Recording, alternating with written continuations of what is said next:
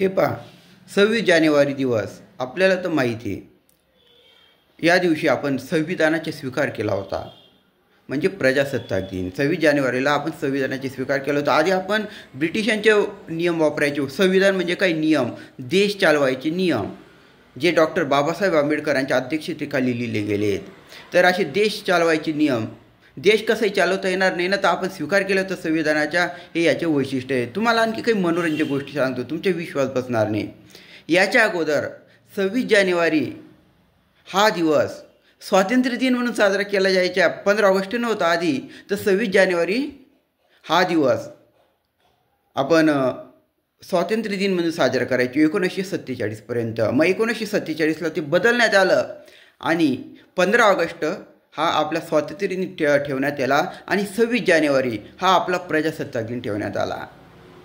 याच्या अगोदर 26 जानेवारी हा काय होता? स्वातंत्र्य दिन होता, पण 1947ला तो बदलण्यात आला. अशी त्याची मजेशीर हकीकत आहे.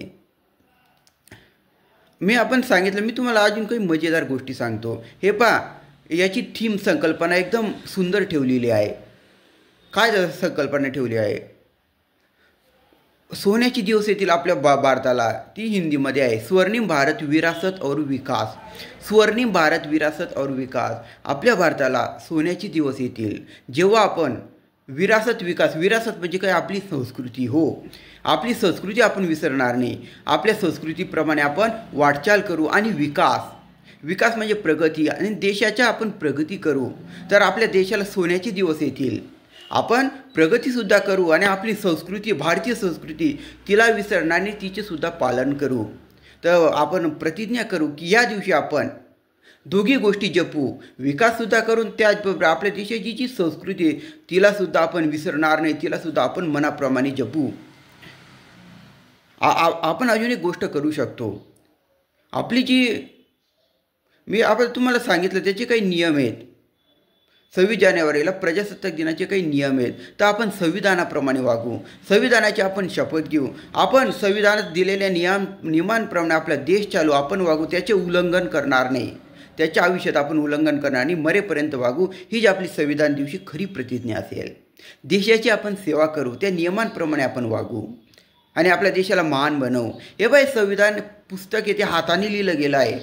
मग त्या लेखकाने अट ठेवली होती, मी माझ्या हाताने सुंदर अक्षरात ते पुस्तक लिहून देतो, परंतु प्रत्येक पानावर माझे नाव पाहिजे. आणि अशा त्याने अटी ठेवल्या होत्या, माझ्या वडिलांचे नाव या पानावर पाहिजे. आणि मग एक सुंदर शाईने एक सुंदर नीप वापरून हाताने ते संविधान पुस्तक लिहिलं गेलं आहे. छापलेलं नाही, ते हाताने लिहिलं गेलं आहे. त्या लेखकाच्या अटी स्वीकारल्या, ठीक आहे तुमच्या मनाप्रमाणे करू. आणि मग शेवटी ते संविधानाचे सुंदर पुस्तक हाताने निर्माण झालेलं आहे.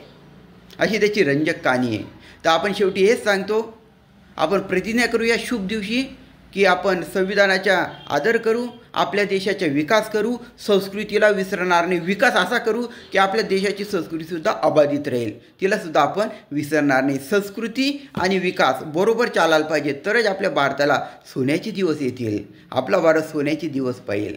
तर याच्यासाठी आपण सर्वांनी प्रतिज्ञा करू, मरेपर्यंत संविधानाच्या नियमांप्रमाणे वागू. आणि हे आपण जास्तीत जास्त विचार शेअर करा, चांगले लोकांना याची माहिती सांगा. तुम्हाला चांगली लोकांना सांगा संकल्पना काय केली आहे, संविधान म्हणजे नेमकं काय आहे, काय करायचे संविधानाच्या दिवशी सांगा लोकांना. जय हिंद. संविधानाचा आदर ठेवा. तुम्हाला 26 जानेवारीच्या हार्दिक शुभेच्छा. शेअर करा. जय हिंद. धन्यवाद.